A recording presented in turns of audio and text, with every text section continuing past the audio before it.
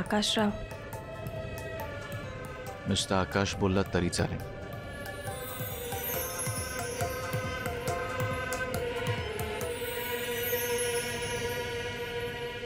आकाश.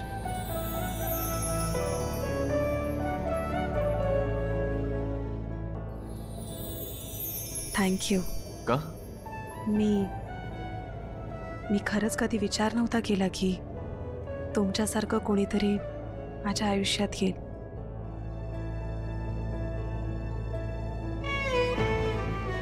म्हणजे लग्नाआधी मला सगळेच म्हणत होते की हे स्थळ माझ्यासाठी खूप चांगलं आहे.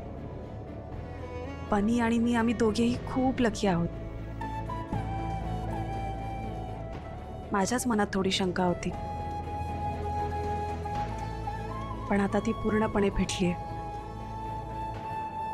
तुम्ही एक निर्णय घेऊन माझं आणि बनीचं आयुष्य पूर्णपणे बदलून टाकलं.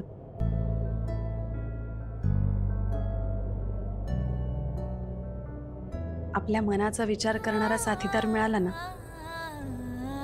की आयुष्य फुलून जातं.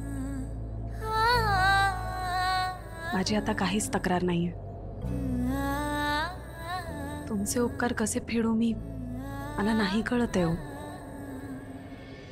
तुम्ही प्लीज ही उपकारांची भाषा करू नका. तुम्हाला खरं सांगू का, तर लग्नाआधी तुमच्यासारखा मी पण शुअर नव्हतो. आपण दोघांनी आपल्या प्रेमाच्या माणसांना गमून बसलेलो. पण कसं आहे ना,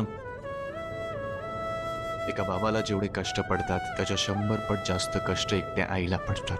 तर तुम्हाला जर माझ्याबद्दल शंका वाटली असेल तर त्यात काहीच नवल नाही.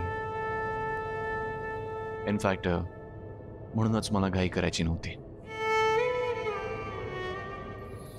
तुमच्या मनात नक्की काय आहे हे जाणून घेण्याकरता मला तुम्हाला हवं तितका वेळ द्यायचा होता.